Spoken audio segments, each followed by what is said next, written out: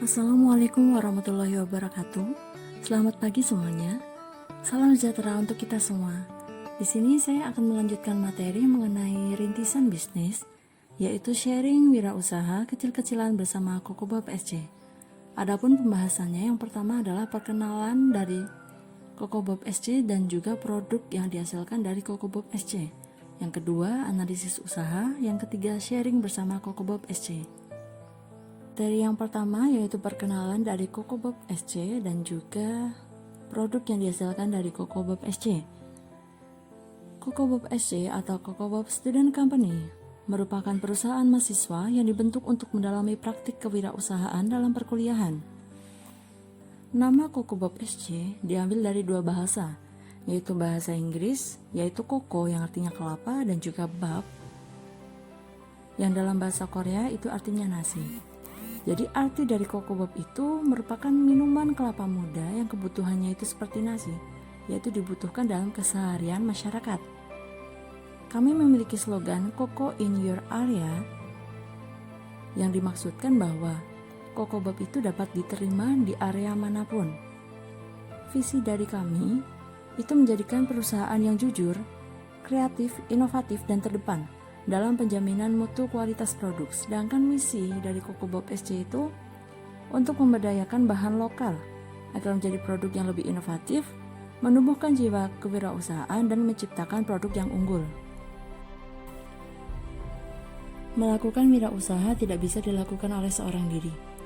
Kita membutuhkan sebuah tim, begitu juga dengan Kokobob. Kami terdiri atas 5 orang yang memiliki sifat yang berbeda, latar belakang yang berbeda, perbedaan satu sama lain yang menyatukan kami menjadi sebuah tim untuk mencapai visi yang sama. Kami memiliki tugas dan tanggung jawab masing-masing yang tentunya tetap saling melengkapi.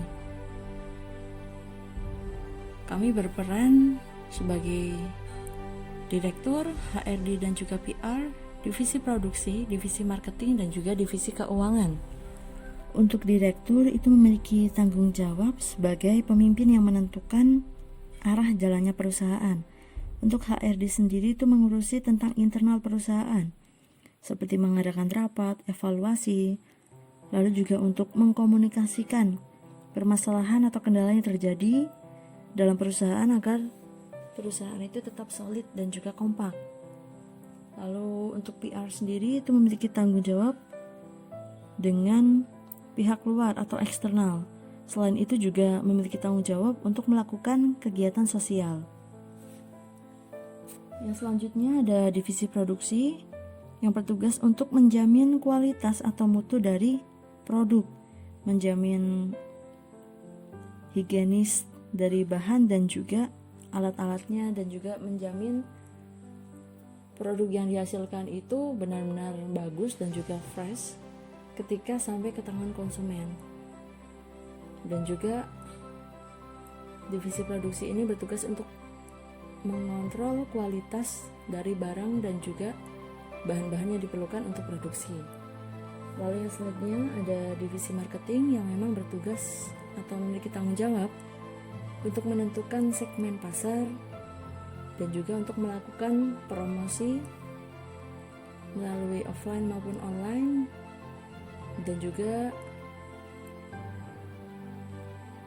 bertugas untuk memasarkan produk sesuai dengan segmen pasar yang sudah ditentukan. Lalu ada divisi keuangan, biasanya untuk mengatur keuangan, untuk mengecek modal apakah berputar dengan baik atau tidak, untuk mengecek persediaan apakah sudah habis atau belum, dan juga untuk memastikan pengeluaran itu tidak lebih banyak daripada pemasukan.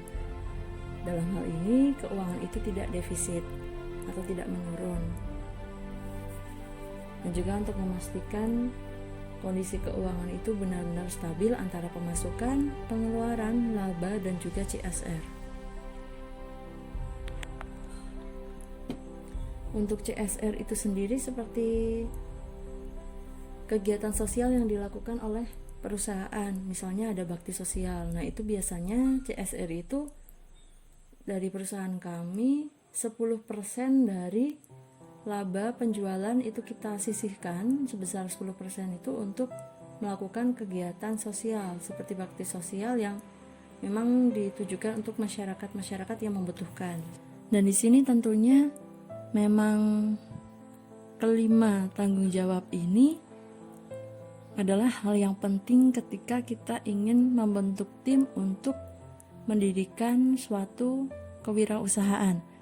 Karena memang harus ada orang yang memimpin, harus ada orang yang bisa mengkomunikasi internal dan juga eksternal. Lalu ada orang yang memang bertugas untuk menjamin mutu dari produksi, untuk melakukan promosi, dan juga untuk mengelola keuangan. Memang kelima unsur ini memang sangat penting ketika kita ingin mendirikan kewirausahaan. Karena tugas dan tanggung jawab dari masing-masing orang itu berkaitan satu sama lain. Ketika ada satu kendala, maka semuanya akan terkendala. Jadi bisnisnya itu ada kendala atau kewirausahaannya itu ada kendala yang kalau misalnya kita tidak perbaiki kendala tersebut, bisnis kita tidak akan jalan dan kemungkinan besar kita akan rugi, bahkan kita bisa menutup perusahaan. Yang selanjutnya produk dari Coco Bob SC itu ada dua, yaitu ada makanan dan juga minuman. Untuk makanannya kami memiliki produk yang namanya Nagutego. Lalu yang untuk minumannya kami memiliki produk yang namanya Coco Fruit. Tapi di sini kami akan menjelaskan mengenai yang minuman saja, yaitu tentang Coco Fruit.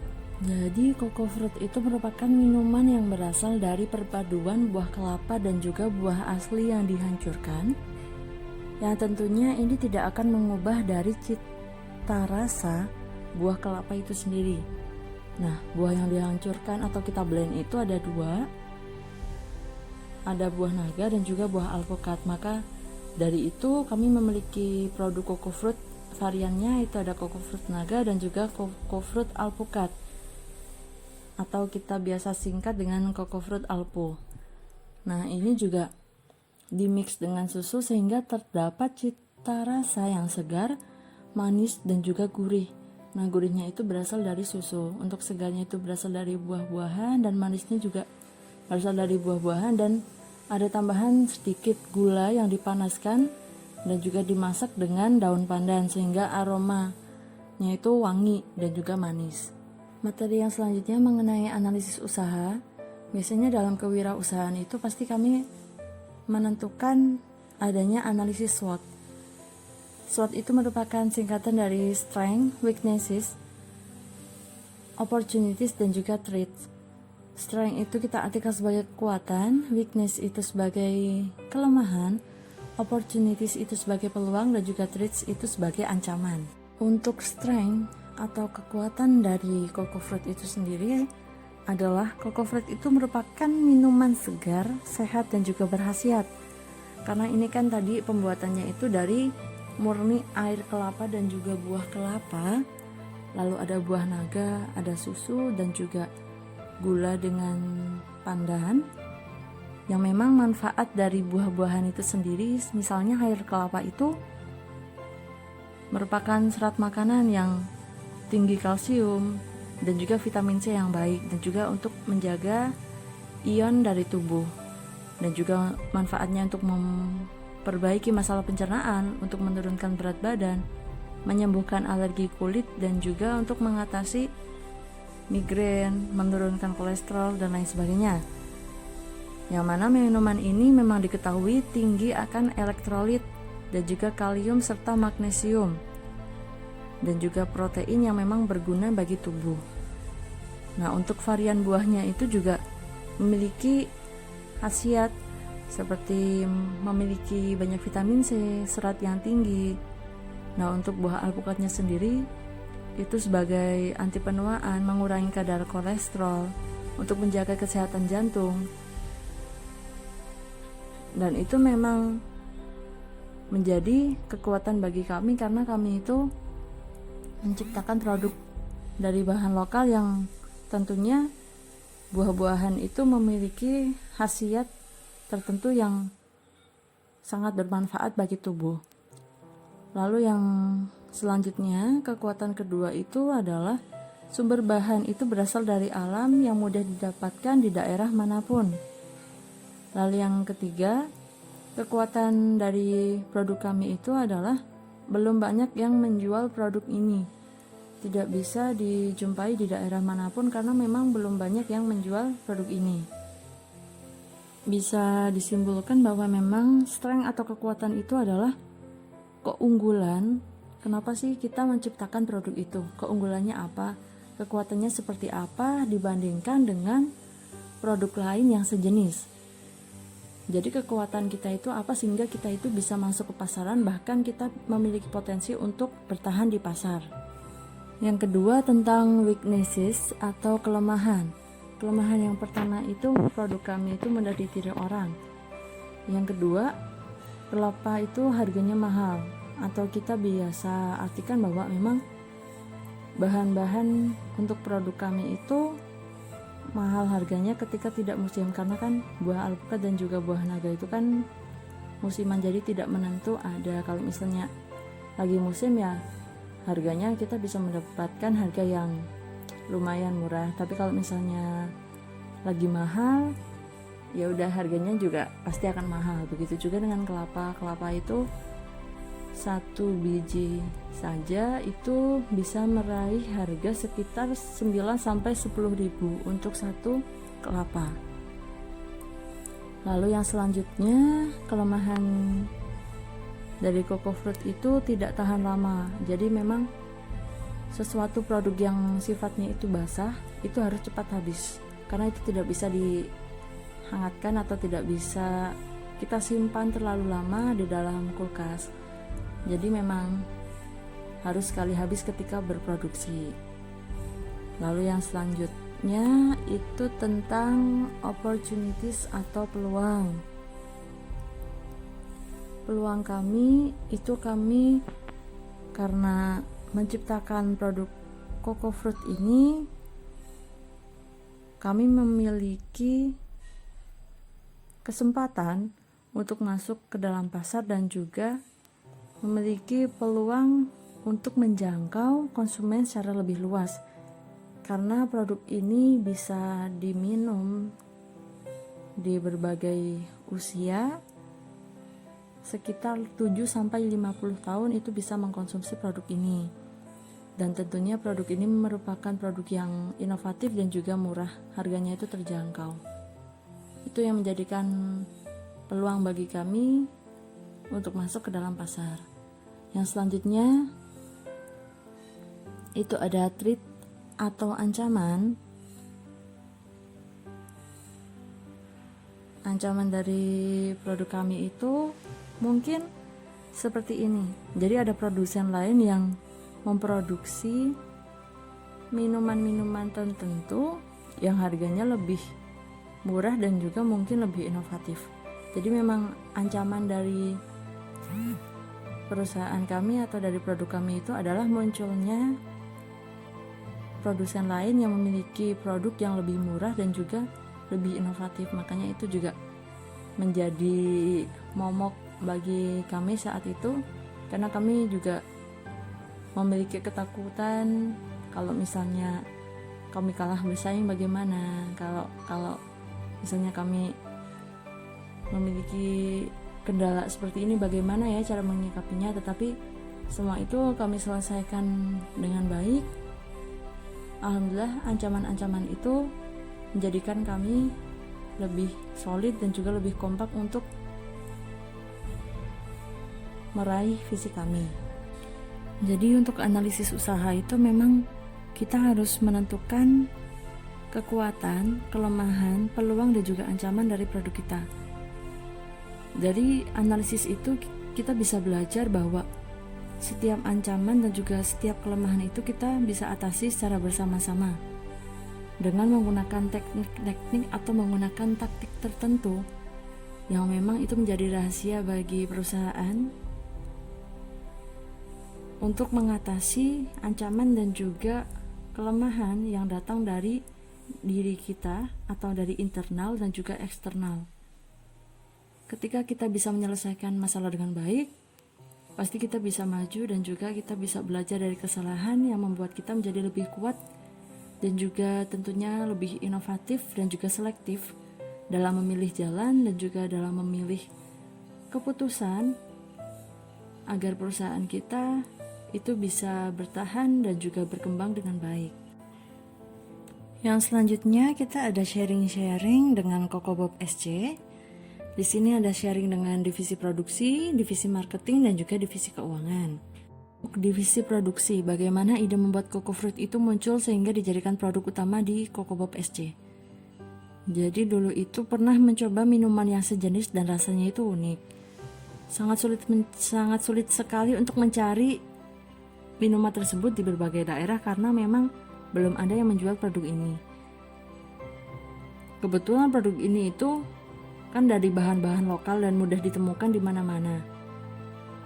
Dan memang saat ini itu kan kayak orang-orang itu lebih banyak minuman yang banyak gula, kayak yang ada pengawet-pengawetnya gitu, dan itu kan tidak bagus bagi kesehatan. Dan berbekal dari situ kami berusaha menginovasi produk dan juga mengkreasi produk lokal, bahan-bahan lokal seperti buah-buahan itu dijadikan minuman yang berkhasiat, segar dan juga tentunya bermanfaat bagi tubuh sebagai alternatif untuk mengkonsumsi buah-buahan. Kalau misalnya sulit untuk mengkonsumsi buah mungkin karena ribet atau repot, harus motong, harus ini, kami membuat alternatif yang praktis, bisa menikmati khasiat dari air kelapa dan juga buah naga atau buah alpukat dengan menciptakan Coco Fruit itu sendiri tanpa menghilangkan khasiat-khasiat yang ada dalam setiap bahan. Apakah ada kendala dalam menciptakan produk ini? Tentu saja ada. Selain harga dalam bahan-bahan, untuk membuat produk itu yang tidak menentu, kami memiliki kendala bahwa mengingat produk kami itu tidak tahan lama, kami harus tetap memastikan kondisi produk itu higienis, fresh dan juga bagus ketika sampai di tangan konsumen. Dalam hal ini, karena sistem kami itu menggunakan pre-order, misalnya kami membuka pre-order di hari Kamis, itu akan kami sebarkan kepada konsumen itu jam 11. Nah, jam 9-nya kami membuat produk itu, membuat pesanan dari konsumen sehingga saat sampai di tangan konsumen itu masih benar-benar higienis, fresh dan juga bagus. Dan itu awet untuk seharian. Jadi memang ketika ada pesanan jam 11 di saat hari yang sudah kami tetapkan, biasanya 2 jam sebelum kami menyebarkan atau kami mengantarkan kepada konsumen, itu kami membuat produknya. Jadi memang benar-benar masih baru, masih fresh, dan itu memang tahan lama sampai 1 hari. Tetapi ini produknya tidak bisa disimpan di dalam kulkas dalam waktu yang lama karena nanti takutnya akan menimbulkan hal-hal yang tidak diinginkan, misalnya kayak basi. Kalau misalnya sudah basi kita konsumsi, ya nanti kita akan sakit. Jadi memang kendalanya itu produk yang tidak tahan lama. Jadi memang kami harus berusaha untuk memastikan kondisi produk itu benar-benar baik agar ini tidak mengecewakan konsumen, karena membangun kepercayaan konsumen itu sangat sulit. Jadi kami berusaha menampilkan dan juga menyajikan sesuatu yang baik dan juga bagus agar kepercayaan dari konsumen itu meningkat, dan juga agar kita tidak kehilangan kepercayaan dari konsumen. Karena kalau kita kehilangan kepercayaan dari konsumen, maka itu akan sulit sekali untuk membangun kepercayaan yang sudah hilang. Bagaimana kompetisi pasar dan juga peluang dari Coco Fruit? Teman saya menjawab bahwa kompetisi pasar dan juga peluang itu dibagi menjadi 3. Ada segmenting, targeting, dan juga positioning. Di sini segmenting itu adalah seperti kayak pangsa pasar. Nah, di sini pangsa pasar yang ditujukan bagi konsumen coco fruit itu ada anak-anak, remaja, mahasiswa, UNJ dan juga UGM, dan masyarakat sekitar usia 7-50 tahun. Setelah kita menentukan pangsa pasar, kita menentukan target atau yang lebih spesifiknya itu siapa. Jadi memang untuk targetnya sendiri itu adalah mahasiswa UNJ, terutama mahasiswa Fakultas Ekonomi. Nah, untuk positioningnya itu kami memiliki kekuatan bahwa kami itu harus optimis untuk mencapai target berdasarkan slogan yang kami buat. Slogan yang kami buat itu adalah fresh and natural, yang itu menjadi ciri khas agar kami itu tetap berusaha dan juga optimis untuk mengejar tujuan kami. Bagaimana strategi pemasaran coco fruit? Yang pertama, strategi yang kami lakukan itu menentukan harga berdasarkan perhitungan keuangan. Harga produk yang kami tetapkan itu adalah 6.000 untuk coco fruit naga dan juga 7.000 untuk coco fruit alpukat. Di mana dalam kisaran harga 6-7.000 itu tidak terlalu mahal dan juga tidak terlalu murah, sehingga bisa dijangkau oleh semua masyarakat. Lalu distribusi produknya itu secara langsung. Misalnya ada COD pun dengan jarak yang cukup jauh, syarat pembelian itu minimal 5 unit atau 5 cup coco fruit. Lalu untuk strategi pemasarannya, kami itu menggunakan iklan melalui sosial media dan juga promosi secara door to door atau dari mulut ke mulut. Nah, untuk sosial media kami menggunakan WA, Instagram dan juga Line. Untuk WA sendiri kami menggunakan chatting dan juga mengupload story dan juga melakukan interaksi dengan calon pembeli atau konsumen kami. Dan biasanya konsumen juga banyak sekali yang memesan melalui WA karena memang lebih mudah dan juga lebih banyak online di WA daripada di Instagram maupun Line. Tetapi untuk Instagramnya sendiri kami melakukan promosi melalui Snapgram dan juga postingan. Bisa dilihat di akun kami Coco Bob SC. Di situ kami melakukan posting produk, lalu juga ada testimoni.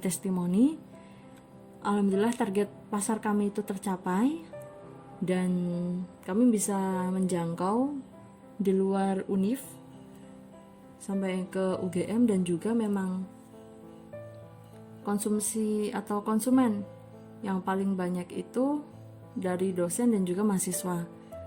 Nah, dosen-dosen juga merupakan pelanggan tetap dari Coco Fruit. Itu dosen dari Fakultas Ekonomi sendiri, dan memang beliau-beliau ini memberikan support dan juga saran atau masukan kepada kami agar kami lebih giat untuk melakukan inovasi-inovasi dan juga memperbaiki kalau misalnya ada kesalahan dalam produk itu. Jadi memang mereka yang membuat kami semangat untuk terus melakukan pengembangan dan juga evaluasi. Dari konsumen-konsumen inilah kami belajar untuk meningkatkan kepercayaan mereka dan juga memberikan hasil yang terbaik bagi mereka. Yang selanjutnya adalah Line. Kami juga melakukan promosi melalui postingan dan juga chatting dengan konsumen yang sering menggunakan Line. Untuk promosi door to door atau dari mulut ke mulut, kami menawarkan secara langsung kepada pembeli atau konsumen yang tidak melakukan chatting atau menggunakan sosial media. Jadi memang menawarkannya itu secara langsung. Kalau misalnya masih ada sisa, biasanya kan kalau ada pesanan itu kami lebihkan sekitar 5 atau 6 atau bahkan lebih unit Coco Fruit. Kalau misalnya masih ada sisa, nah maka itu kami akan menawarkan di sekitaran kampus secara door to door atau dari mulut ke mulut. Itu sasaran paling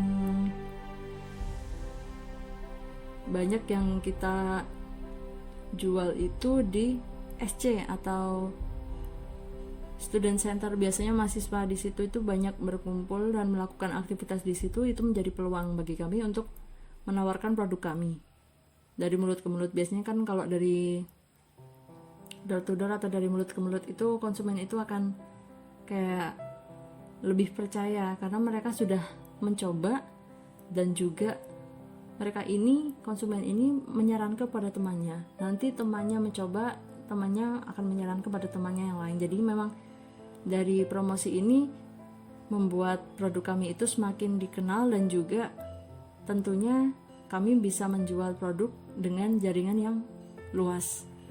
Sumber modal Kokobob SC berasal dari mana saja? Jadi ada dua, sumber dana internal dan juga eksternal.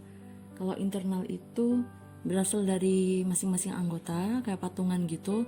Lalu untuk yang sumber dana eksternal itu dari orang lain yang menanamkan saham di perusahaan atau di Kokobob SC. Selanjutnya, bagaimana mengatur keuangan agar modal itu berputar dengan baik dan tidak defisit? Yang pertama itu kita harus mengontrol harga dan juga laba.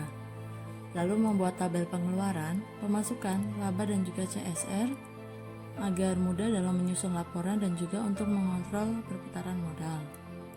Lalu kita mengecek persediaan bahan-bahan dan juga menyusun daftar kebutuhan produksi yang mendesak dan tidak mendesak untuk dipenuhi. Mungkin itu saja yang bisa saya sampaikan. Banyak salah dan kurangnya saya mohon maaf. Terima kasih atas perhatiannya. Wassalamualaikum warahmatullahi wabarakatuh.